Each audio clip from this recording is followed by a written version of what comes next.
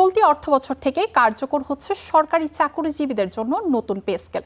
সোমবার সচিবালয়ে সাংবাদিকদের এই কথা জানান অর্থমন্ত্রী আমির খসরু মাহমুদ চৌধুরী। তবে নতুন বেতন কাঠামোতে মূল বেতন কত বাড়বে, কোন গ্রেডে কতটা বাড়বে সে বিষয়ে কিছু বলেননি তিনি। 2015 সালে কার্যকর হয়েছিল অষ্টম জাতীয় পে স্কেল। এক দশক পর নবম পে স্কেল করে যায় অন্তর্বর্তী সরকার, তবে বাস্তবায়ন রেখে যায় নির্বাচিত সরকারের ওপর।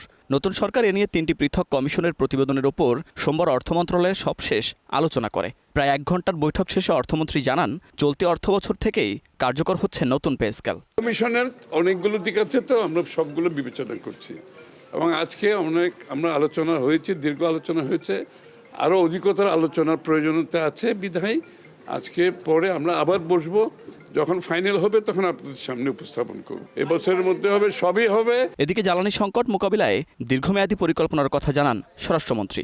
বুড়ো মৌসুমে কৃষকদের কথা চিন্তা করেই তিনি সেই সিদ্ধান্তটা নিয়েছিলেন যে সেই সময় পর্যন্ত কোনো জ্বালানির মূল্যবৃদ্ধি করা হয়নি এবং ভবিষ্যতে যাতে জ্বালানি নিরাপত্তা রাখা যায়, জ্বালানি তেলের সরবরাহ ঠিক রাখা যায় এবং আমরা মজুদ রাখতে পারি একটা সার্টেন সময়সীমা পর্যন্ত, সেই পরিকল্পনা আমরা নিচ্ছি।